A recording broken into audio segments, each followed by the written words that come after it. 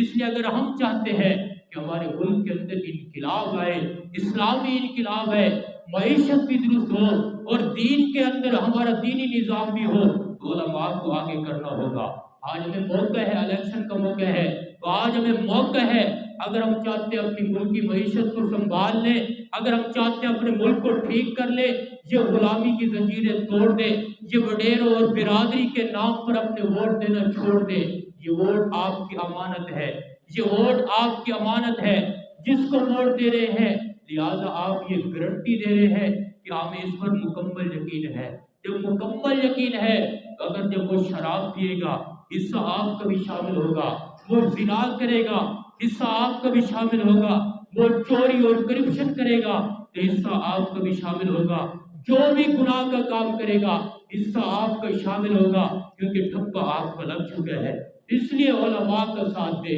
علماء کو پرچی اپنی دے کہ یہ علماء کرپشن سے پاک ہے، یہ علماء زنا سے، چوری سے، شراب سے پاک ہے، جو بھی کام کریں گے حصہ نیکی کے اندر شامل ہوگا۔ اس لیے علماء کا ہمیں ساتھ دینا چاہیے۔